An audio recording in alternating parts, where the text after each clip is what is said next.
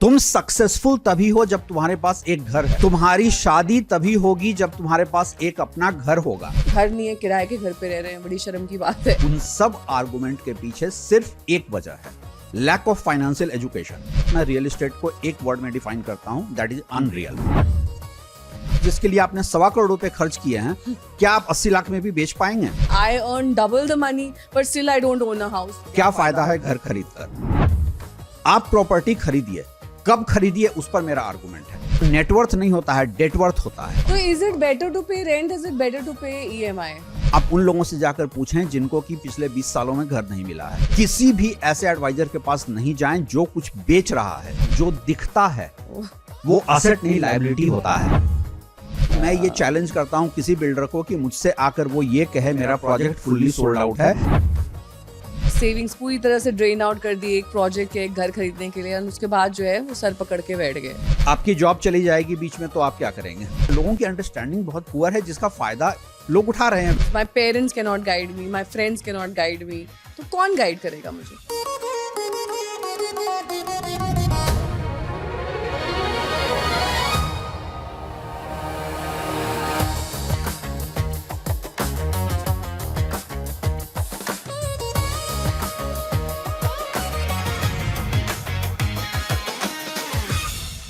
नमस्कार, स्वागत है आपका। आप देख रहे हैं PSF यानी कि प्रॉपर्टी से फायदा, जहां होगी आपके फायदे की बात। और आज हमारे साथ बेहद खास मेहमान रवि सिन्हा जी मौजूद हैं। बहुत बहुत स्वागत है रवि जी आपका, जो कि आपको कुछ अनपॉपुलर एडवाइस तो देंगे, लेकिन वो बेहद ज़रूरी एडवाइस है। और वो लिखते भी रहे हैं इस बारे में, कंज्यूमर्स को एडवाइस भी करते रहे हैं और बिल्डर्स में सवाल भी उठाते रहे हैं। आज हम बात करेंगे कैसे आपके घर का सपना सिर्फ सपना नहीं होता है, वो 4 दीवारों तक सीमित नहीं रहता है। कई बार वो इमोशनल प्रेशर्स की वजह से, पारिवारिक प्रेशर्स की वजह से कुछ ऐसे गलत डिसीजंस में तब्दील हो जाता है जिन्हें आप समय पर करेक्ट नहीं कर पाते हैं, या आपके दिमाग पर, इमोशंस पर, जेब पर, सब पर डेंट बहुत गहरा डालता है। और रवि जी, मैं आपसे यही जानना चाहूँगी सबसे पहले कि कौन से वो लोग हैं, और अक्सर आप ऐसे लोगों से 2-4 भी होते हैं जिनके लिए घर सिर्फ 4 दीवारी तक सीमित नहीं है। वो घर सिर्फ इसलिए नहीं चाहते हैं कि उनकी ज़रूरत है, वो घर इसलिए चाहते हैं कि वो लोग से कह सकें कि हम एक मैंशन ओन करते हैं, या हम एक 4 बेडरूम ओन करते हैं, हम एक डुप्ले ओन करते हैं। स्टूडियो अपार्टमेंट की नहीं भी ज़रूरत है तो स्टूडियो अपार्टमेंट भी ओन करते हैं। तो ये एक ऐसी अनएंडिंग डिमांड है, या यूँ कहेंगे ख्वाहिश और चाहत है, जो कई बार बहुत गहरा डेंट आपकी जेब पर डालती है। आप EMI से घिर जाते हैं। ये एक ऐसा विशियस सर्कल ऑफ बाइंग है जिससे आप निकल नहीं पाते हैं। कब और कहाँ ऐसा होता है? एक्चुअली आपके प्रोग्राम का जो नाम है प्रॉपर्टी से फायदा, मैं वहीं से शुरू करता हूं। प्रॉपर्टी से फायदा है या नहीं? हाँ, फायदा है। सवाल ये उठता है कि ये फायदा किसका है? सेंटर को GST मिल रहा है, स्टेट गवर्नमेंट को स्टैम्प ड्यूटी मिल रहा है, ब्रोकर को कमीशन मिल रहा है, बिल्डर सबसे बड़ा प्रॉफिटियर है ही, और साथ में साथ बैंक का अपना प्रॉफिट है कि वो होम लोन पे इंटरेस्ट कमा रहा है। लेकिन मुझे एक बात का जवाब अभी तक नहीं मिला है कि एक आम घर खरीदार का क्या फायदा है घर खरीद कर। एक जो कल्चरल कंडीशन कर दी गई है सबको कि आपको घर खरीदना है, और ये कल्चरल कंडीशन के पीछे 2 चीजें हैं। अगर हम हिस्टोरिकली देखें, एक जनरेशन पहले तो हमें कहा जाता था कि नहीं, एक अपनी प्रॉपर्टी होनी चाहिए, जायदाद होनी चाहिए। लेकिन इस दौर जायदाद शब्द पहले बहुत चलता था। Exactly. अब नहीं चलता है, क्योंकि हम कई बार इनहेरिट भी नहीं करते हैं ना। अब पहले के जमाने में इनहेरिटेंस भी काफी रहती हाँ, मैं थी। उसी पे आता हूं कि जब हम जायदाद की बात करते थे, उस जमाने में हम जब बात करते थे प्रॉपर्टी की, तो हम बात करते थे लैंडेड प्रॉपर्टी की, जिसको आप जनरेशन वाइज ट्रांसफर कर सकते हैं। दूसरा, अगर आप याद करें, हमारे फादर के जनरेशन में कभी भी ऐसा नहीं होता था कि यंग एज में लोन लेकर घर खरीद लिया गया हो। वो अपने रिटायरमेंट के वर्ज पे एक कॉर्पस बनाकर लेते थे। अब वही इमोशन, बिल्डर का इतना स्ट्रांग इकोसिस्टम है, इतना स्ट्रांग उनका नैरेटिव है कि वो वही इमोशन आज की जनरेशन को ट्रांसफर कर रहे हैं। वो नैरेटिव क्या होता है? यू मीन एडवर्टाइजमेंट्स होते हैं, या वर्ड ऑफ माउथ पब्लिसिटी होती है? हमने सुना है ये प्रोजेक्ट बहुत अच्छा है। पूरा का पूरा जो आपके कानों में शब्द जाता है, जो आप पढ़ते हैं, वो आप समझ लें कि बिल्डर का एक स्पॉन्सर्ड ये होता है। मैं नाम नहीं ले सकता हूं किसी का, लेकिन मेरे पास भी ऐसे भी लोग आते हैं कि आप हमारे इंडस्ट्री के इमेज मेकओवर के लिए क्या कर सकते हैं और उसके लिए आपका प्राइस टैग क्या है। मैं कहता हूं कि देखिए 1970s में जब फिल्में बनती थी तो विलेन कौन होता था, या तो स्मगलर या बिल्डर। आप उस इमेज के दायरे को अगर आज भी नहीं तोड़ पा रहे हैं, आज भी आपको एक फेक नैरेटिव बिल्डिंग की जरूरत पड़ रही है, तो आपको इंट्रोस्पेक्ट करने की जरूरत है। आम घर खरीदार को 4 बातें बोली जाती हैं घर खरीदने के लिए। पहला यह है कि आपका एक घर एक नीड है। दूसरा, ये आपकी इमोशनल जरूरत भी है। तीसरा कहा जाता है आपका असेट बनेगा। नहीं, ये इमोशनल जरूरत को थोड़ा सा आप इलैबोरेट करिए। एक लड़का जिस दिन नौकरी करता है, सोसाइटी उसे कंडीशन करती है कि यू हैव नॉट अराइव्ड। तुम सक्सेसफुल तभी हो जब तुम्हारे पास एक घर है, छत हो जाएगी, तुम्हारी शादी तभी होगी जब तुम्हारे पास एक अपना घर होगा। मैं अभी रिसेंटली एक ऐसे, अब उसमें वो इनहेरिटेड प्रॉपर्टी नहीं काउंट होती है, आपको खुद का होना चाहिए, ये खुद का है। होना चाहिए, एसेंशियल है। लेकिन एक बात और भी है कि देखिए अब हम उस जनरेशन में क्रॉस करने लगे हैं जहां बहुत ज्यादा इनहेरिटेंस एक एवरेज इंडियन के पास तो नहीं होता है। बहुत रेयर लोग हैं जिनके पास इनहेरिटेंस वाली प्रॉपर्टी होती है।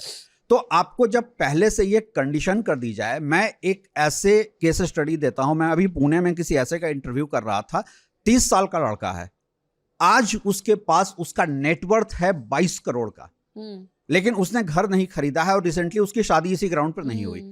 वो मुझसे कहता है कि मैं जिस 2.5 करोड़ के घर में रहता हूं, मैं 2% के उसके इंटरेस्ट पे रह रहा हूं। और मैं आपसे पूछना चाह रही थी क्योंकि उसमें कई बार कैलकुलेशंस अगर इन्वॉल्व होते हैं। मैं पूरा कैलकुलेशन आपको बता दूंगा कि ये जो चारों फैक्टर जो है कि असेट बना रहे हैं, और हम पहले असेट पे आ जाते हैं। जब आप असेट की बात करते हैं तो आपका असेट में असेट क्वालिटी होनी चाहिए, राइट। मैं कहता हूं एक यंग लड़का है जिसने आज एक घर खरीद लिया, अभी अभी वो नौकरी कर रहा है, 1 करोड़ से नीचे आज कोई प्रॉपर्टी कहीं भी अवेलेबल नहीं है। उसके लिए 20% का डाउन पेमेंट बहुत बड़ा चैलेंज है, और वो 20% नहीं है, उसके ऊपर जीएसटी है, उसके ऊपर स्टैंप ड्यूटी है, उसके अलावा और मूविंग कॉस्ट है। तो ये 30-35 लाख, अभी जो आपने इनहेरिटेंस की बात की, तो वो अपने इन लॉज से हेल्प ले रहा है, अपने पेरेंट्स से हेल्प ले रहा है, किसी तरह वो एक घर खरीद रहा है। अब मैं पूछता हूं कि आप जिसको असेट कह रहे हैं उसमें असेट क्वालिटी है? आपकी फैमिली में आज अगर एक मेडिकल इमरजेंसी हो गई, वो 1 करोड़ का घर जिसके लिए आपने 1.25 करोड़ रुपए खर्च किए हैं, क्या आप 80 लाख में भी बेच पाएंगे? तुरंत तो मनी नहीं वो लिक्विडेट होता है। पहली बात लिक्विडेट नहीं होता है। दूसरी बात, अगर वो लिक्विडेट भी होता है तो डिस्ट्रेस सेल में चला जाता है। तो जब आप कहते हैं कि असेट, तो एक असेट में असेट क्वालिटी होनी चाहिए। उसके बाद दूसरी बात कही जाती है कि एक इन्वेस्टमेंट इसी बहाने हो जाएगा। जब हम इन्वेस्टमेंट की बात करते हैं तो इन्वेस्टमेंट में हमें 2 चीज देखना होता है। एक होता है आरओआई, दूसरा होता है मेरे पैसे का अपॉर्चुनिटी कॉस्ट। नॉर्मली आपको, अभी मैं यहां आते हुए मैं मोबाइल पे देख रहा था, मेरे एक पॉडकास्ट पे किसी का कमेंट है, ऐसे लोगों की बातें सुनकर मैंने घर नहीं खरीदा। 2017 में जो घर 1.3 CR का था, आज 2.6 CR डबल हो गया। और मैं मन ही मन हंस रहा हूं। मैं अकाउंटिंग का एक रूल 72 होता है कि आप कितने समय में पैसा डबल करते हैं। तो 2017 से अगर 25 के बीच में 9% का CAGR रिटर्न आता है, ठीक। अब देखिए 2 चीजें हैं। एब्सोल्यूट टर्म्स में आप देखेंगे तो आपको लगेगा पैसा तो डबल हो गया। यहां पे CAGR रिटर्न जो है 9% का है। आपने बोरो किस रेट पे किया है? उस प्रॉपर्टी का मूविंग कॉस्ट क्या था? तो अगर आप 8.5% पे बोरो कर रहे हैं, उसके ऊपर मूविंग कॉस्ट है आपका, तो आप प्रॉफिट में हैं या लॉस में? तो दूसरी बात, तो इतना पैसा मैं गोल्ड में लगा देती। मैं उसी पे आ रहा हूं कि अपॉर्चुनिटी कॉस्ट पर 10 ग्राम्स है। आप देखिए 2017 में, मैं वही कमेंट पढ़ने के बाद मैंने गोल्ड का रेट चेक किया कि उस समय गोल्ड 31,000 का रेट था। 35,000 के राउंड नहीं, 30 कोविड के पहले 35 गया था। हाँ, तो ये 2017 में 31,000 था। अगर 31,000 आपने, और मैं ये नहीं कह रहा हूं कि आपने जो बोरो पैसा किया, आपने जो अपने पास से लगाया है वो पैसा अगर आपने उस समय गोल्ड में डाल दिया होता तो आज आपका कम से कम 400% का वो रिटर्न होता। लोग एक्चुअली इंडिया में, हाँ, लोग इंडिया में गलती क्या करते हैं, एब्सोल्यूट टर्म्स में देखते हैं पैसा डबल हो गया। मेरे पास ऐसे लोग आते हैं, पर वो माइंड ब्लॉक माइंडसेट है ना कि प्रॉपर्टी में पैसा डालना एसेंशियल है। अब उसके कई कारण हो सकते हैं, आप मुझे करेक्ट करिएगा इफ आई एम रॉन्ग, और उसको आप थोड़ा सा कैटेगराइज भी करिएगा इन टर्म्स ऑफ कि ये पहली एक तो ये स्टेटस सिंबल, घर नहीं है, किराए के घर पे रह रहे हैं, बड़ी शर्म की बात है। दूसरा फैमिली प्रेशर, अरे तुम्हारे पास घर नहीं है, शादी कैसे होगी। तीसरा इमोशनल बाइंग, क्योंकि आपको लगता है कि अगर आप किराए के घर में जाते हैं और आप किसी से ये कहते हैं कि मैं किराए के घर में रह रहा हूँ, तो कहते हैं वो तो टेम्पररी सेटअप है ना, वहाँ आप अपना फर्नीचर, अपना पूरा सेटअप किराए के घर में करोगे, फिर शिफ्ट करोगे। दूसरा, क्योंकि आप बार बार लीज पे होते हो, तो लीज पर वो तो रिन्यू होगी और फिर आपका ये एक साइकिल चलता रहता है। तो आप क्यों कभी चलता है? तो क्योंकि आप कभी फिर सेटल नहीं हो पाते, नहीं। इसलिए लोगों को लगता है अरे ये आप रेंट पे क्यों रह नहीं, रहे मैं हैं। आपने जितने आर्गुमेंट्स बताए कि आम लोग कहते हैं, उन सब आर्गुमेंट के पीछे सिर्फ एक वजह है, लैक ऑफ फाइनेंशियल एजुकेशन। मैं आज अगर नोएडा में एक 22 साल का लड़का हूं, 25 साल का लड़का हूं, मैंने एक घर खरीद लिया, वो घर मेरे पैरों की बेड़ी है, मुझे बैंगलोर में बेटर अपॉर्चुनिटी मिल रही है, मैं नहीं जा सकता हूं। मेरा ना तो मुझे आरओआई मिल रहा है, ना मुझे अब बेटर अपॉर्चुनिटी मिलने पर मैं दूसरे शहर में जाने के पहले मैं तो 4 आप बार इसको रेंट सोचता पे हूं। चढ़ाएंगे। हम क्या होता है, हमें सोसाइटी ने ऐसा कंडीशन कर दिया है और उसमें बिल्डर्स का इकोसिस्टम जो है इतना स्ट्रांग, उनका नैरेटिव बिल्डिंग होता है। मैं आमतौर पे टीवी डिबेट्स में होता हूं, बिल्डर की तरफ से लोग होते हैं, मैं उनसे सिर्फ ये पूछता हूं कि आप मुझे डिफाइन करके बता दीजिए, आप प्रॉपर्टी को बेस्ट रियल असेट जो कहते हैं, पहली बात मैं रियल एस्टेट को एक वर्ड में डिफाइन करता हूं, दैट इज अनरियल। अगर रियल एस्टेट में आप कहते हैं बेस्ट असेट क्लास है, तो बेस्ट असेट क्लास की आपकी परिभाषा क्या है? क्या आरओआई बेस्ट है? क्या एंट्री कॉस्ट सबसे कम है? क्या एग्जिट कॉस्ट सबसे कम है? क्या उसका होल्डिंग कॉस्ट सबसे कम है? आप मुझसे किसी भी पैरामीटर पर बात कर लें, मैं, और यहां पे मैं एक बात और क्लियर कर दूं, मैं फंडामेंटली, आमतौर पे लोग मुझसे पूछते हैं कि आप क्या रियल एस्टेट के अगेंस्ट हो, आप एंटी बिल्डर हो। मैं कहता हूं मैं रियल एस्टेट के खिलाफ नहीं बोलता हूं, मैं नहीं कहता हूं किसी को प्रॉपर्टी खरीदनी ही नहीं चाहिए। आप प्रॉपर्टी खरीदिए, कब खरीदिए उस पर मेरा आर्गुमेंट है। मेरा मानना है कि आपको पहले एक नेटवर्थ बना लेनी चाहिए। But they say there's never a good time to buy property, क्योंकि जब भी आप Again, रेट्रोस्पेक्ट में देखेंगे तो आपको लगेगा अरे बिकॉज आप एब्सोल्यूट नंबर में देख रहे जैसे हैं। आपने 2017 हाँ। का एग्जांपल दिया, अब मैं 4 साल बाद सोचूंगी अरे मैंने 2026 में ले लिया होता तो इट वाज हाफ द चलिए कॉस्ट। मैं एक आपको दूसरा एग्जांपल देता हूं।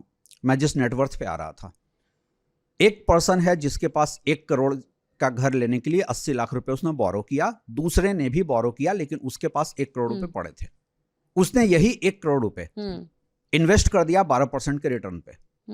20 साल के बाद दोनों की प्रॉपर्टी, तो जो 1 करोड़ का 2 करोड़ आपने बैंक को दिया, इसके पास जो नेटवर्थ था वो, कैन यू इमेजिन, ये 1 करोड़ 12% के इंटरेस्ट पे 20 साल में कितना बन जाता है? 13 करोड़। तो आप पैसे का अपॉर्चुनिटी कॉस्ट भी तो देखेंगे।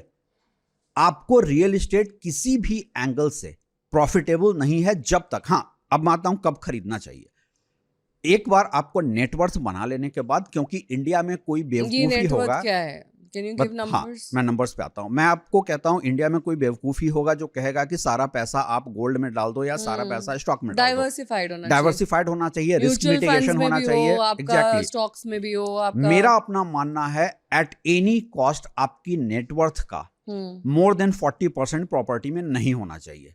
मोर देन 40%, मोर देन चाहे 40%, कितनी भी आपकी नेटवर्थ। हाँ, अब अगर आप यहाँ पे कोई भी प्रॉपर्टी आज 1 करोड़ से कम में नहीं है, नोएडा एनसीआर की बात कर रहे हैं, पैन इंडिया आप बात कर लें, 1 करोड़ से कम मुझे कहीं कोई डिसेंट प्रॉपर्टी अब नहीं मिलती है। मतलब टियर 2 टियर 3 में तो है कम। टियर 2 टियर 3 शहर का डायनामिक्स अलग है, क्योंकि वहां पर जॉब्स नहीं है। मैं मेट्रो की बात कर रहा हूं जहां प्रॉपर्टी, ऑर्गेनाइज्ड प्रॉपर्टी बिक रहा है। क्योंकि देखिए, जब आप जैसे ही आप टियर 2 टियर 3 की बात करते हैं, अगेन हम अपार्टमेंट छोड़कर लैंडेड प्रॉपर्टी की बात करने लगते हैं, तो वो डायनामिक्स वहां बदल जाते हैं। लेकिन अगर आप टियर 1 सिटीज में आ रहे हैं, 1 करोड़ से कम में कुछ भी नहीं है, तो आपका नेटवर्थ आइडियली 4 करोड़ होना चाहिए। अब अगर आप लोन पे भी जा रहे हैं, तो लोन पे, अभी मैंने कहा ना, असेट में आपका असेट क्वालिटी नहीं है, कोई इमरजेंसी हो गई तो आप क्या करेंगे? तो कम से कम, better to pay rent, is it better to pay EMI? It's better to pay rent, and I tell you why. 1 crore की प्रॉपर्टी ही आप ले लें, उसका रेंटल वैल्यू कितना है? 25,000 रुपए, और ईएमआई आप कितना दे रहे हैं? ज्यादा, 80,000 रुपए दे रहे हैं। दोनों के बीच का डिफरेंशियल अमाउंट अगर आपने इन्वेस्ट कर दिया, 12% का भी रिटर्न मिल गया, जो कि फाइनेंशियल प्रोडक्ट के रिस्क को आप हटा दें। माँ बाप लोग इतना कैलकुलेशन नहीं कर पाते हैं ना, उनको तो चाहिए घर। और सबके ऊपर ये सोसाइटल प्रेशर है और ये पेरेंटल प्रेशर भी होता है कि आपको एक छत चाहिए। हाँ। अभी the barriers are not between males and females also, female को भी होना चाहिए कि Obviously. आपको देर सवेर कोई प्रॉब्लम हो तो आपके पास एटलीस्ट एक घर हो रहने सिंगल के लिए। Women are one of the major catalyst of major property catalyst of property buying. So वो एक ऐसा सोसाइटल नहीं, वो सोसाइटल जो आप norm पेरेंट्स की है, बात मैं कर कह रहे रही हैं, हूँ, वो हाँ। पेरेंट्स इसलिए कहते हैं क्योंकि उनके टाइम में फाइनेंशियल असेट्स मार्केट में नहीं आए थे। उनके टाइम में क्या ऑप्शन थे? Property. And also they don't understand mutual funds और उनको एग्जैक्टली, उनको ये नहीं समझ में आता है। फिजिकल बाइंग ऑफ गोल्ड के अलावा गोल्ड ईटीएफ वगैरह भी नहीं समझ में आता है। उनके लिए गोल्ड का मतलब ये है कि फिजिकल पोजीशन आपके हाँ, हाथ में होने चाहिए। हाँ। तो वो उनका एक अपना ही, लेकिन मैं कहता हूं आज का यंग जनरेशन जो कि फाइनेंशियली अवेयर है, हम लोगों के साथ क्या है, we are a privilege generation कि हमारे पास कम से कम इतने इंफॉर्मेशन है, ग्लोबली इन्वेस्टमेंट में क्या हो रहा है हमारे पास उसके सारे इंफॉर्मेशन हैं। उसके बाद भी अगर हम इस नैरेटिव ट्रैप में फंसे रहेंगे कि प्रॉपर्टी, नौकरी मिली नहीं कि आप पहला काम करें प्रॉपर्टी खरीद लें। तो आप बता रहे थे कि कल्चरल कंडीशनिंग हम कैसे कर सकते हैं, क्योंकि बहुत सारा सोसाइटल प्रेशर है, पेरेंटल प्रेशर है, एक सेट नॉर्म बना हुआ है कि पहले नौकरी, फिर घर, फिर शादी, फिर कार, दुनिया भर की चीजें। लेकिन आपके हिसाब से रेंटल इज द बेस्ट, तो ये क्यों और कैसे? देखिए, दो चीजें हैं। If you are allowing somebody else, society, to manage your finances, then all that any wise advice would be good luck. आपको अपने फाइनेंस खुद देखने हैं, और जब आप फाइनेंस कैलकुलेशन करते हैं तो मैंने आपको बताया कि देखिए आरओआई सबसे कम है, एंट्री कॉस्ट बहुत ज़्यादा है। आप बताइए म्यूचुअल फंड में, गोल्ड में आप ज्वेलरी भी बना रहे हो तो भी क्या 12% से ऊपर का आपका एंट्री कॉस्ट है? क्या उतना एग्जिट कॉस्ट है? रियल एस्टेट का एंट्री और एग्जिट कॉस्ट बहुत ज़्यादा है, होल्डिंग कॉस्ट बहुत ज़्यादा है, हर महीने का बहुत ज्यादा हाँ, है, तो ये चीटिंग के चांसेस बहुत ज़्यादा हैं। टेंशन, आप बिल्डर चीटिंग। आप उन लोगों से जाकर पूछें जिन्होंने, लोग कहते हैं प्रॉपर्टी में सबसे कम रिस्क है, आप उन लोगों से जाकर पूछें जिनको कि पिछले 20 सालों में घर नहीं मिला है। नहीं मिला है। मैं ऐसे लोगों से मिला हूं जिन्होंने अपनी शादी के समय घर खरीदा था, आज वो उम्मीद कर रहे हैं कि शायद सुप्रीम कोर्ट का इंटरवेंशन है तो उनके बच्चों की शादी के समय घर मिल जाएगा। तो यहां चीटिंग। दूसरी बात, कॉमर्शियल प्रॉपर्टी पे आते हैं। कॉमर्शियल प्रॉपर्टी में लोग कहते हैं आरओआई बहुत ज्यादा है। मैं कहता हूं कॉमर्शियल प्रॉपर्टी से ज्यादा रिस्की कुछ नहीं है। रेजिडेंशियल में तो एक बार आपको अगर पोजीशन मिल जाता है तो आप उसको, सब स्टैंडर्ड हाउसिंग भी हो तो भी मोटे तौर पे रेंट कम मिलेगा, बहुत अच्छा लाइवली एम्बियंस नहीं मिलेगा, लेकिन एक असेट तो है। कॉमर्शियल में अगर बड़े ब्रांड नहीं आए तो घोस्ट मॉल्स जो हैं इंडिया में भरे पड़े हैं। आप किसी मार्केट में जाकर देख लें, अगर 10 मॉल बने पड़े हैं तो वहां मुश्किल से 1 या 2 चल रहे हैं। नोएडा में ही 4-5 हैं जो घोस्ट मॉल्स पड़े हैं। तो यहाँ पे रिस्क एलिमेंट भी बहुत ज्यादा है। तो मैं ये कहता हूं कि ये हर इंडिविजुअल को डिसाइड करना है। उसके फाइनेंसेज सोसाइटी मैनेज करेगी, प्रीवियस जनरेशन का विजडम मैनेज करेगा, या वो खुद मैनेज करेगा। और जब आप खुद मैनेज करते हैं, इसीलिए मैं कहता हूं कि तो इमोशनल बाइंग के सबसे बड़े ट्रिगर्स क्या हैं आपके अकॉर्डिंग? इमोशनल बाइंग के सबसे बड़ा ट्रिगर है लैक ऑफ फाइनेंशियल एजुकेशन। तो वो इंडिया अगर में मान लीजिए मेरे अंदर नहीं है, तो what kind of help can I take from which people who can guide me? Because my parents can not guide me, my friends can not guide me, तो कौन गाइड करेगा मुझे? आज की दुनिया में आपको बहुत अच्छे फाइनेंशियल एडवाइजर्स मिल जाएंगे जो आपका पोर्टफोलियो में कितना % एलोकेशन किधर होना चाहिए बता सकते हैं। अनफॉर्चुनेटली रियल एस्टेट में कोई भी अच्छा आपका ऐसा एडवाइजर नहीं है, क्योंकि उसकी वजह बताता हूं। आपने सुना होगा ये रियल एस्टेट कंसल्टेंट की ये रिपोर्ट आ गई, तो ये रियल एस्टेट कंसल्टेंट जो है वो कौन है? रियल एस्टेट कंसल्टेंट जो है बेसिकली बिल्डर्स के ब्रोकर हैं। हाँ।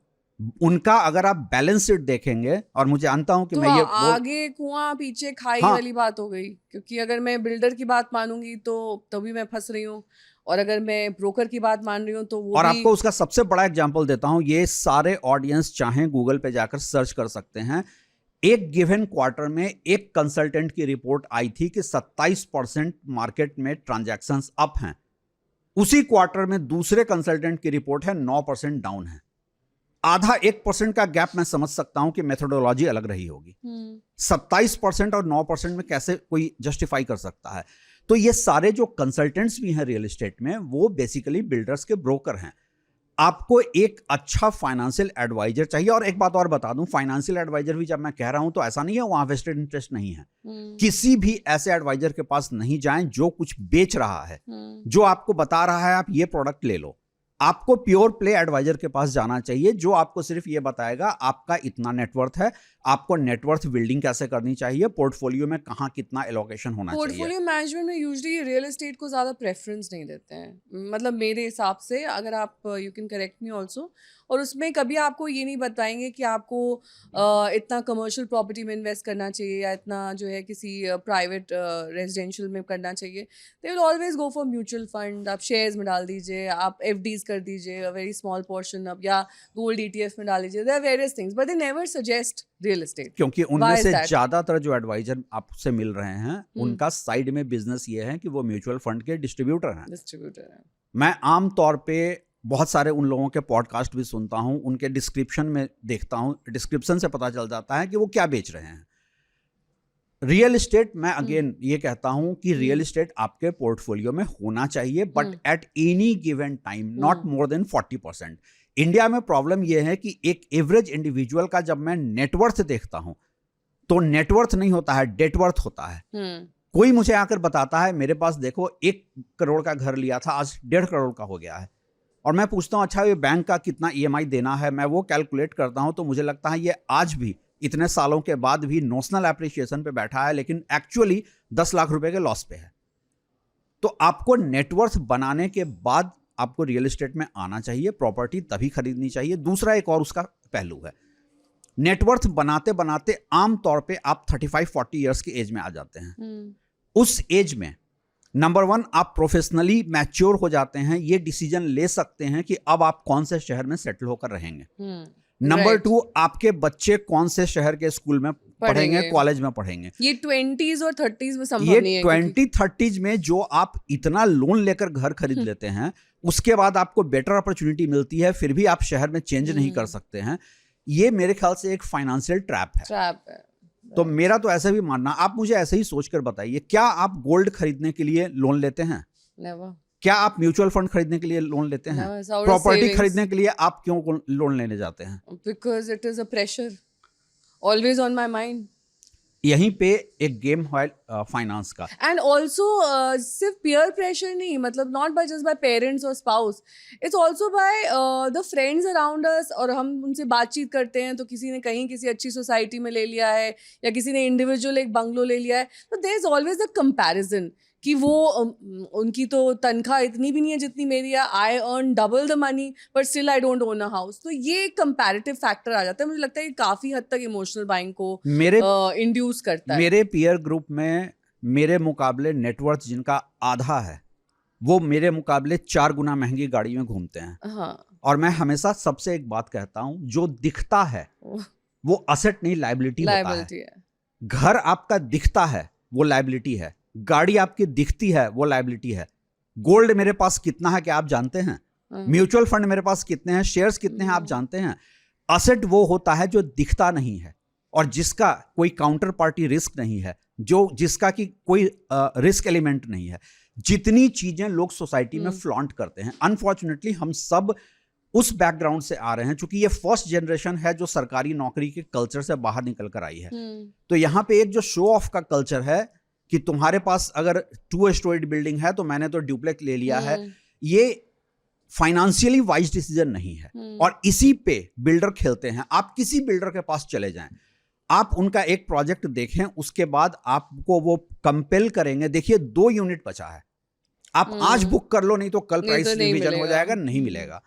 और यही बात वो अगले 10 साल तक करते हैं। गुरुग्राम में, नोएडा में इस समय जितने प्रोजेक्ट फुल्ली सोल्ड आउट के दावे, लॉन्च के दिन फुल्ली सोल्ड आउट के दावे जो होते हैं, और आप कभी भी जाकर देख लें, अगर फुल्ली सोल्ड आउट होगा तो आपको वहां पर फैमिली दिखेगी, सारे ब्रोकर दिखते हैं। नहीं, कुछ तो ऐसे वो बने ही नहीं है, दे क्लेम कि वो फुल्ली सोल्ड आउट है। लॉन्च पे फुल्ली सोल्ड आउट, और वो फुल्ली सोल्ड आउट अगर लॉन्च पे होगा और इतना शो ऑफ होगा, वहां पर पार्टी चल रही होगी, तो फैमिली भी तो होनी चाहिए। सारे ब्रोकर क्यों नजर आते हैं? दूसरी बात, मैं चैलेंज करता हूं कोई भी बिल्डर ये दावा कर रहा हो कि फुल्ली सोल्ड आउट है। पहली बार डे वन पे फुल्ली सोल्ड तो आउट उसको नहीं होता बिलीव है। नहीं करना चाहिए। दो चीजें हैं, पहली बात फुल्ली सोल्ड आउट के जो दावे होते हैं उसका चेक कलेक्शन पिछले 6 महीने से चल रहा होता है, अनाउंस एक दिन होता है। दूसरी बात, मैं ये चैलेंज करता हूं किसी बिल्डर को कि मुझसे आकर वो ये कहे मेरा प्रोजेक्ट फुल्ली सोल्ड आउट है, मैं और मुझे पैसे दे, मैं अगले दिन। फुल्ली सोल्ड आउट भी इमोशनल सेलिंग है, इमोशनल सेलिंग है, अंडरराइटर का खेल है। और क्या क्या इमोशनल सेलिंग के दायरे में आता है जो बिल्डर्स एज टैक्टिक्स यूज करते हैं? सबसे बड़ा साइकोलॉजिकल तो वही है, FOMO, fear of missing out. दूसरा आर्टिफिशियल प्राइस हाइक। ये जो आप अंडरराइटर और ब्रोकर को इन्वेंट्री ऑफलोड करते हैं, उसमें एक कमिटमेंट होता है। कमिटमेंट ये होता है, सपोज 10,000 रुपए स्क्वायर फीट पर बिल्डर ने लॉन्च करना है, वो ब्रोकर अंडरराइटर 10,000 रुपए पे इस कमिटमेंट के साथ बिल्डर से लेता है कि आपका लॉन्च प्राइस 12,000 रुपए होगा। उसके बाद ब्रोकर आपके पास आएगा, देखो बिल्डर का एडवर्टाइजमेंट 12,000 रुपए स्क्वायर फीट बेच रहा है, मेरे पास कुछ इन्वेंट्री है, 11,000 में मिल जाएगा। और हर 6 महीने पर वो प्राइस 6 महीने पे वो बढ़ता रहेगा। और ब्रोकर अपना ये बताता रहेगा कि देखिए बिल्डर के प्राइस से मेरा प्राइस कम है। तो अब मैं आपसे ये जानना चाहती हूँ कि क्या आप कुछ ऐसे केसेस देखते या सुनते हैं जिसमें इमोशनल बाइंग हुई है और सेविंग्स पूरी तरह से ड्रेन आउट कर दी एक प्रोजेक्ट या एक घर खरीदने के लिए, और उसके बाद जो है वो सर पकड़ के बैठ गए? आप आम आदमी की बात पूछती हैं, चलिए मैं आपको ऐसा केस स्टडी बताता हूं। एक बहुत बड़े रियल एस्टेट कंसल्टेंट हैं, गवर्नमेंट के कई इंफ्रास्ट्रक्चर प्रोजेक्ट पे भी कंसल्टेंट रहे हैं। रिसेंटली वो मुझसे कहते हैं मुंबई के एक डेवलपर के बारे में कि मेरा 80 लाख रुपया उसके यहाँ फंसा है। मैं सुप्रीम कोर्ट के एक लॉयर को जानता हूं जो होम बायर्स के बिहाफ पे बहुत सारे केस अभी लड़ रहे हैं। वो मुझसे कहते हैं रवि जी, अगर लोगों को पता चल जाए कि मेरा पैसा बिल्डर के यहाँ फंसा है तो कोई क्लाइंट मेरे पास नहीं आएगा। तो आप आम लोगों की क्या बात करेंगी? सारे लोग फंसे पड़े हैं, और इसमें हमारी जितनी डेवलपमेंट एजेंसीज हैं उनकी भी गलती है, प्रॉपर मॉनिटरिंग नहीं होती है। आप अभी मैं दुबई के रेरा चीफ का मैंने रिसेंटली इंटरव्यू किया था, तो मैंने उनसे पूछा कि आपके यहाँ डिफॉल्ट कैसे नहीं होते। तो उन्होंने कहा देखिए 2008 के ग्लोबल फाइनेंशियल क्रैश के पहले हमारे मार्केट में और आपके मार्केट में फर्क नहीं था। उसके बाद उन लोगों ने इतनी मॉडलिटी डेवलप की है। फॉर एग्जांपल, आज अगर दुबई में कोई बिल्डर ये अनाउंस करता है 20-80 स्कीम, 20% पैसा दें, रेस्ट 81 पोजीशन, अगले दिन रेरा उसे समन करता है और पूछता है तुम्हारे पास सोर्स ऑफ फंड कहां से आ रहे हैं। और अगर सोर्स ऑफ फंड है तो एस्क्रो अकाउंट में डालो। आप एक एक्सिक्यूशन अनसर्टेनिटी के साथ लॉन्च नहीं कर सकते। हमारे यहां कोई बिल्डर किसी एजम्पशन के साथ, और आम लोगों का पैसा क्या आज तो ये पूरी तरह मीडिया रिपोर्ट्स हैं कि नोएडा अथॉरिटी का पैसा, ग्रेटर नोएडा अथॉरिटी का पैसा, ये इन लोगों का पैसा नहीं मिल रहा है। सरकार ने एक अमिताभ कांत कमेटी गठित की थी। अमिताभ कांत कमेटी की रिपोर्ट आई, इतना लिबरल उनको मौका दिया गया कि ठीक है आप 25% अपफ्रंट पेमेंट कर दो, रेस्ट आप इंस्टॉलमेंट में दो। तकरीबन 30% बिल्डर ने तो हाँ किया, बाकी ने कोई जवाब तक नहीं दिया, और वो 30% में भी ज्यादातर ने पैसा नहीं दिया है। तो रियल एस्टेट में मैं सबको कहता हूं कि आप, पहली बात नेटवर्थ आपकी होनी चाहिए। दूसरी बात, अंडर कंस्ट्रक्शन में आप कभी मत जाएं। अंडर कंस्ट्रक्शन खरीदने का फायदा क्या है, कोई मुझे आज बता दे। अंडर कंस्ट्रक्शन का फायदा उस दौर में था। अंडर कंस्ट्रक्शन ना खरीद के जब पूरा प्रोजेक्ट तैयार हो जाए, देखिए तब तक कोई वेटिंग नहीं करता, उनको लगता है कि तो हाथ से निकल जाएगा। You are sold. Under construction का फायदा उस दौर में था जिस दौर में नॉशनल एप्रिसिएशन ही सही, लेकिन साल का 12-15% एप्रिसिएट कर रहा था। आज एप्रिसिएशन मैं आपको एक एग्जांपल देती हूँ। I will not name that builder, जो अपना एक प्रोजेक्ट, बहुत प्रीमियम प्रोजेक्ट लेके आए हैं। उन्होंने ये एडवर्टाइज किया कि it is all sold out, और तकरीबन वो 25,000 रुपये पर स्क्वायर फीट का उसका रेट था, और वो सोल्ड आउट भी ऐसा कि अभी वो बंदा स्टार्ट नहीं हुआ है। तो लोगों को लगता है अरे we lost a very good opportunity, जिनको अपना पैसा पार्क करना था उसमें कि हम तो ये ले लेते तो क्या होता। और तो आप तो कह रहे हैं अंडर कंस्ट्रक्शन, वो प्रोजेक्ट ही नहीं स्टार्ट हुआ है। चलिए मैं उस पर भी आता हूं कि इंडिया का सबसे अफोर्डेबल मार्केट नोएडा माना जाता है।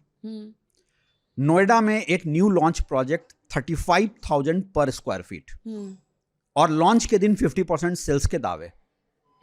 अब आप मुझे बताइए, हो सकता है आप और मैं सेम प्रोजेक्ट के बारे में बात कर रहे हाँ, अब आप मुझे एक बात बताइए, ब्रांडेड रेसिडेंसी हाँ, है। वो branded है। 35,000 पर स्क्वायर फीट का मतलब आप जानते हैं? It starts only at Mumbai 70 का रेट क्या है? इंडिया का सबसे महंगा मार्केट मुंबई का रेट क्या है? एवरेज रेट 40-45 हजार रुपए स्क्वायर फीट। मुंबई में 40-45 हजार रुपए स्क्वायर फीट पे जो प्रॉपर्टी बिक रही है वो कारपेट एरिया बिक रही है।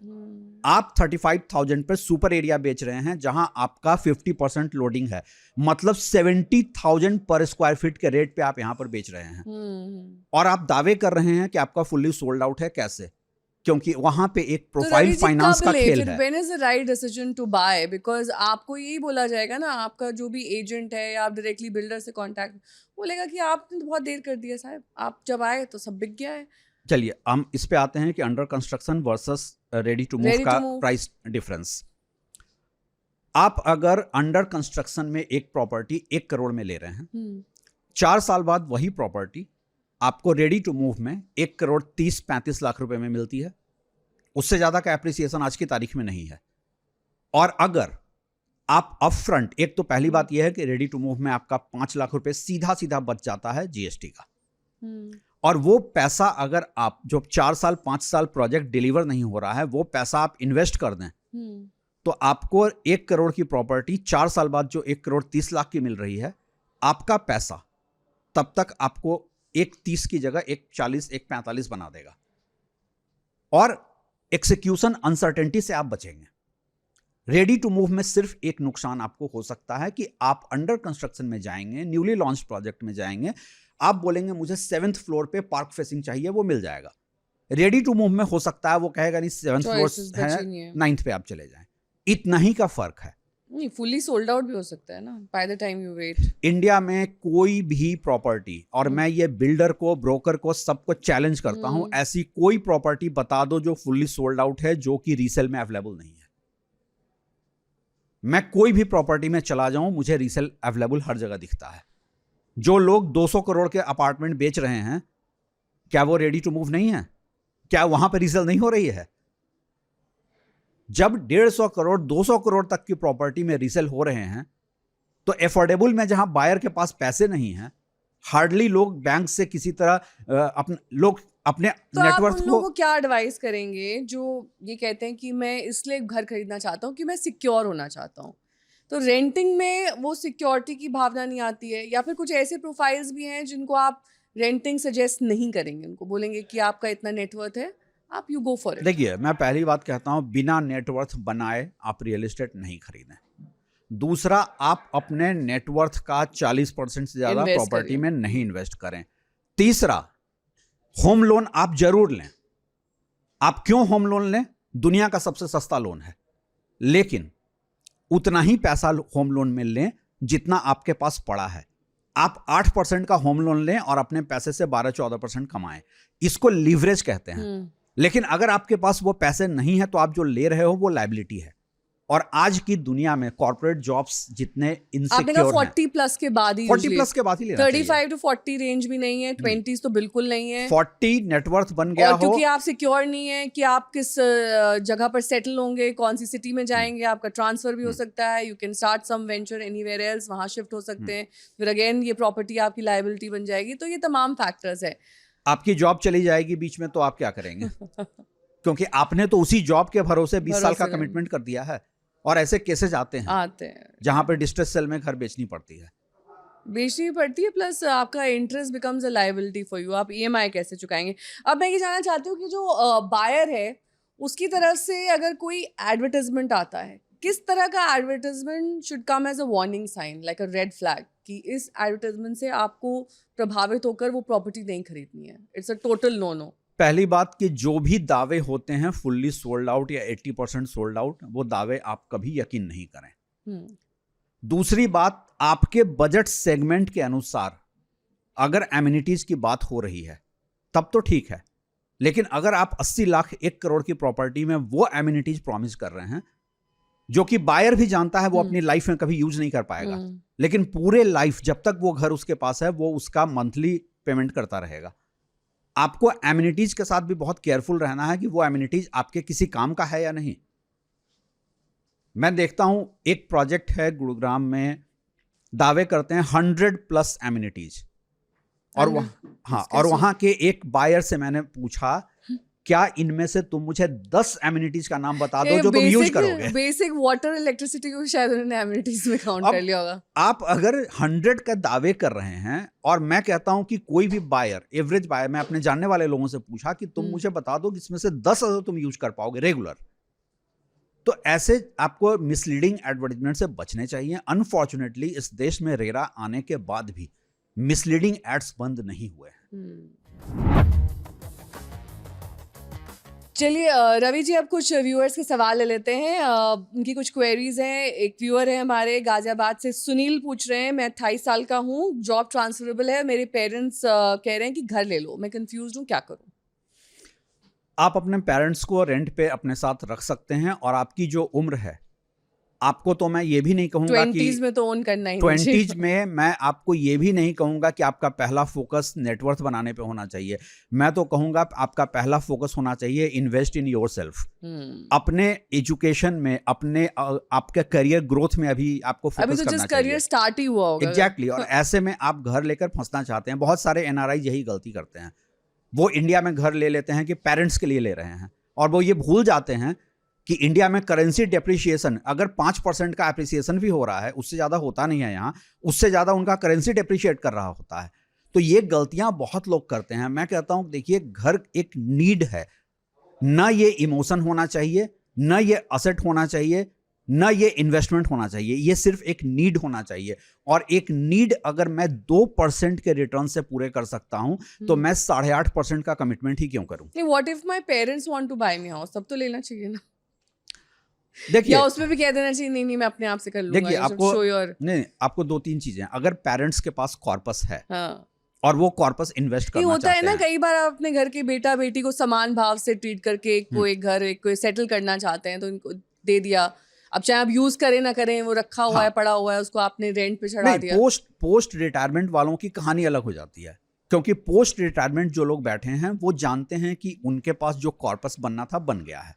तो अगर किसी के पास रिटायरमेंट में 10 करोड़ का कॉर्पस है, वो 3 बच्चे भी हैं, 2-2 करोड़ के 3 खरीद कर रखना चाहते हैं, वो एक अलग कहानी है। उनको ऐसे भी लोन भी नहीं मिलना है, उनको तो अपने कॉर्पस से ही इन्वेस्ट करना है। एग्जैक्टली। तो उनकी कहानी अलग है। मेरा सारा जो ये है कि ये जो कम एज में घर खरीद कर लोन 20 साल का पट्टा गले में डालते हैं, मैं इसको सच पूछिए, मैं इसको गले का पट्टा कहता हूं कि 20 साल के लिए आपने गले में एक पट्टा बांध लिया है और आप अपनी करियर को लेकर सिक्योर नहीं है, आप शहर को लेकर सिक्योर नहीं है, आपको कोई क्लैरिटी नहीं है कि आपका करियर किस डायरेक्शन में जाएगा, तब भी घर खरीदने का सोच रहे हैं सिर्फ इसलिए कि मेरे पड़ोसी ने खरीद लिया था, मेरे कजन ने खरीद लिया था। सुनेंगे तो आप और भी मजेदार लगेगा। नोएडा से राहुल पूछ रहे हैं कि उनकी सैलरी 50,000 है, महीने में 15,000 बचा लेते हैं, क्या उन्हें घर लेना चाहिए?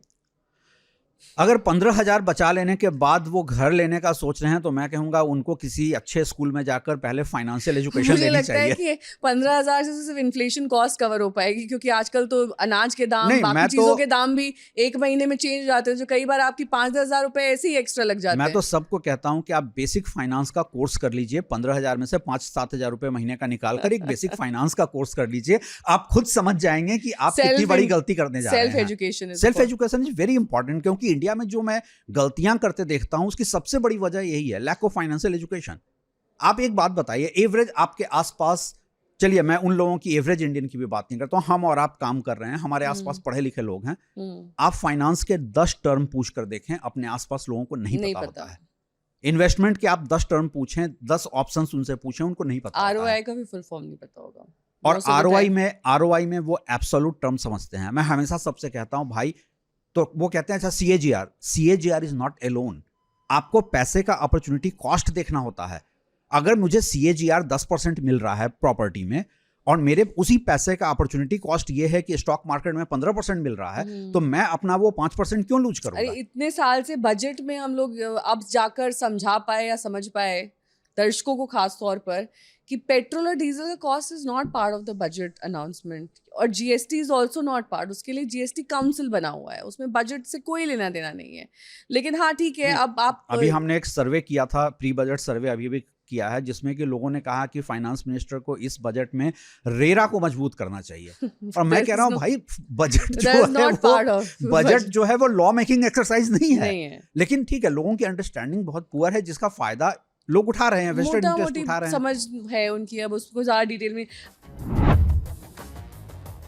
अब आप दर्शकों को कुछ ऐसे टिप्स देना चाहेंगे जो घर खरीदते समय वो करें या ना करें, इमोशनल बाइंग से कैसे बचें? अपना नेटवर्थ देख लें, अपने नेटवर्थ के 40% से ज़्यादा आप नहीं लगाएं प्रॉपर्टी में। रेडी टू मूव प्रॉपर्टी खरीदें।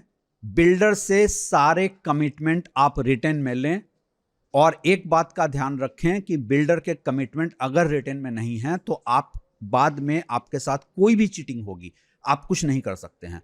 कमिटमेंट आप रिटर्न में लें। इसमें भी मैं बता दूं, बिल्डर जो कमिटमेंट रिटर्न में भी देगा वो भी वन साइडेड सब कुछ होगा, सारे क्लॉजेस वन साइडेड होंगे। लेकिन कल को अगर आपको लगता है कि आपके साथ चीटिंग हुई है तो आप बिल्डर के खिलाफ अनफेयर कॉन्ट्रैक्ट में कम से कम कोर्ट में तो जा सकते हैं।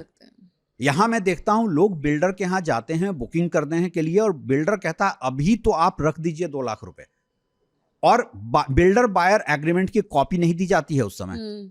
1 करोड़ की प्रॉपर्टी में 10% के पेमेंट के बाद दी जाती है। और देखिए, 2 तरह के पैसे होते हैं रवि जी, एक होता है hard earn money, salary class, एक होता है ब्लैक मनी। जिनके पास अथाह पैसा है वो सिर्फ प्रॉपर्टी में पार्क करना चाहते हैं उसको, उनको समझ नहीं आ रहा है कहाँ लगाएं तो प्रॉपर्टी में डाल दिया। मेरे ख्याल से दोनों तरह के इन्वेस्टमेंट्स में बहुत ज्यादा फर्क है, क्योंकि एक तरफ तो आपकी गाड़ी, मैं उस पर भी आ जाता हूं। अभी आप अगर एक आम इंडियन हैं, आप समझिए कि आपने 10 लाख रुपए बिल्डर को दे तो दिया 1 करोड़ की प्रॉपर्टी के लिए, एक फोमो क्रिएट किया गया, कल नहीं मिलेगा, आपने 10 लाख रुपए दे दिए। बिल्डर बायर एग्रीमेंट की कॉपी आपको कहा गया कि 10% के बुकिंग के अमाउंट देने के बाद मिलेगा, ये स्टैंडर्ड प्रैक्टिस है मार्केट में।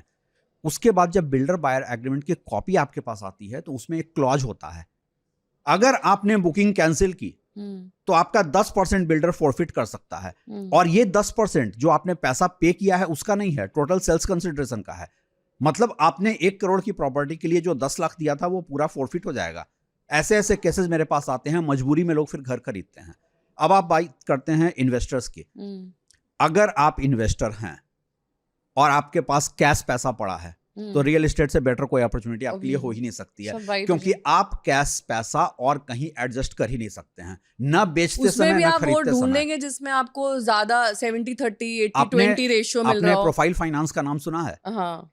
यहाँ पे प्रोफाइल फाइनेंस कैसे हो रहा है? प्रोफाइल फाइनेंस जो आपके ऑडियंस में नहीं जानते होंगे और वो समझ जाएंगे कि हम जो अभी बात कर रहे थे कि 35,000 रुपए स्क्वायर फीट मतलब 70,000 रुपए स्क्वायर फीट नोएडा में कैसे बिक रहा है। मैं एक इंसान हूं जिसके पास 25 करोड़ रुपए हैं, आप एक बिल्डर हैं, मैं आपके पास आता हूं कि मेरे ये 25 करोड़ रुपए आप एडजस्ट करो कैश और मुझे आप 9% दे दो। बिल्डर एग्री कर जाता है क्योंकि उसको पैसे की जरूरत है। वो बैंक में जाएगा तो बैंक में मिनिमम 13% के रिटर्न के रेट से उसको पैसे मिलेंगे, लेकिन यहां कोलैटरल कुछ नहीं है, तो मुझे कोलैटरल क्या दोगे, गारंटी क्या दोगे? कैश की लिखित गारंटी तो होगी नहीं। तो बिल्डर कहता है कि 25 करोड़ के बदले में आप मेरे 5-5 करोड़ के 5 अपार्टमेंट अपने नाम से ले लो। बैंक से फाइनेंस उसकी भी हो जाती है, लेकिन वो पैसा EMI बिल्डर दे रहा है।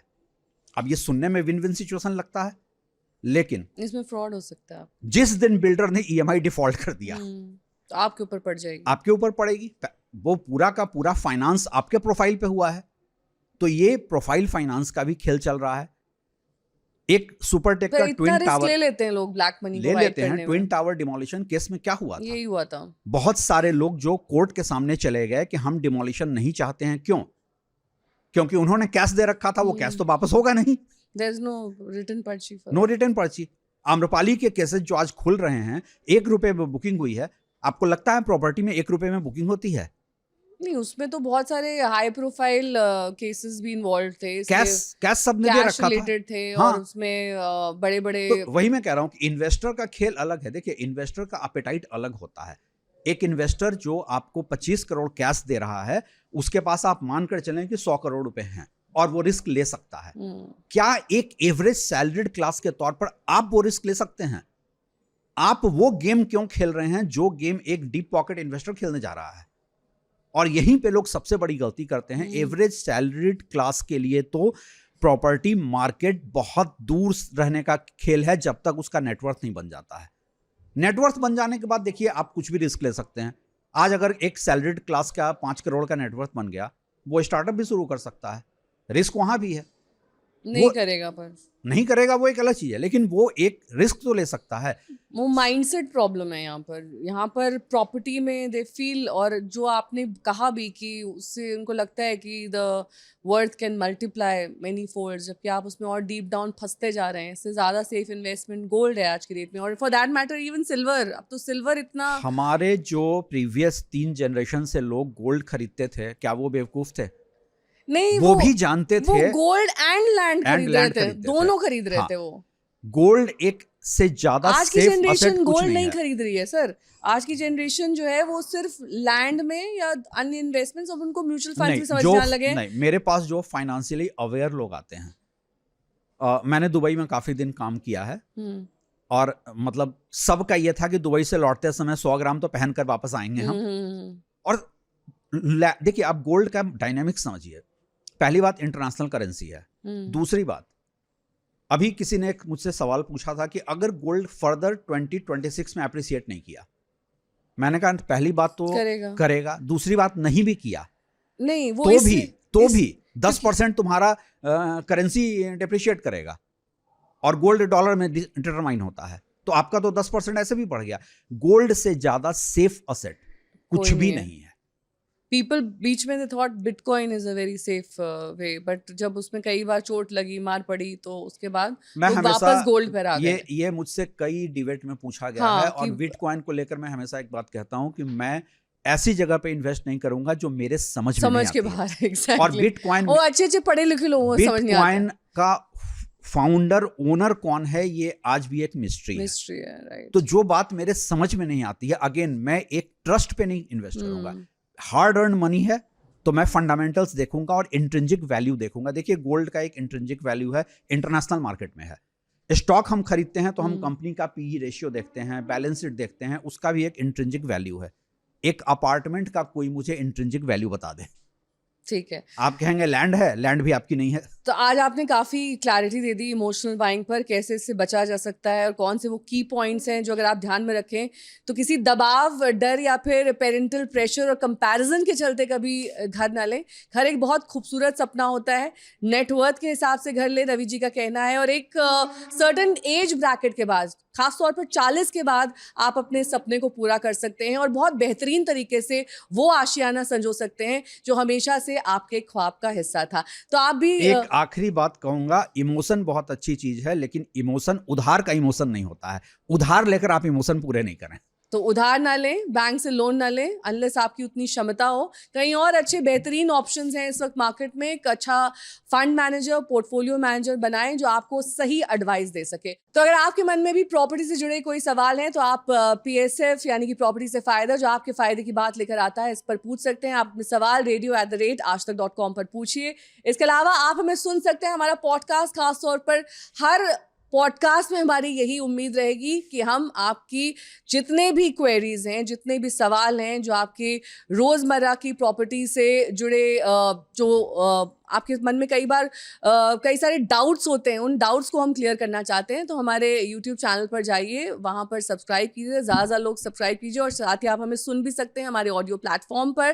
तो शेयर कीजिए, बढ़ चढ़ कर सब्सक्राइब कीजिए, यही हमारी ताकत है, यही हमें प्रोत्साहित करेगा। धन्यवाद।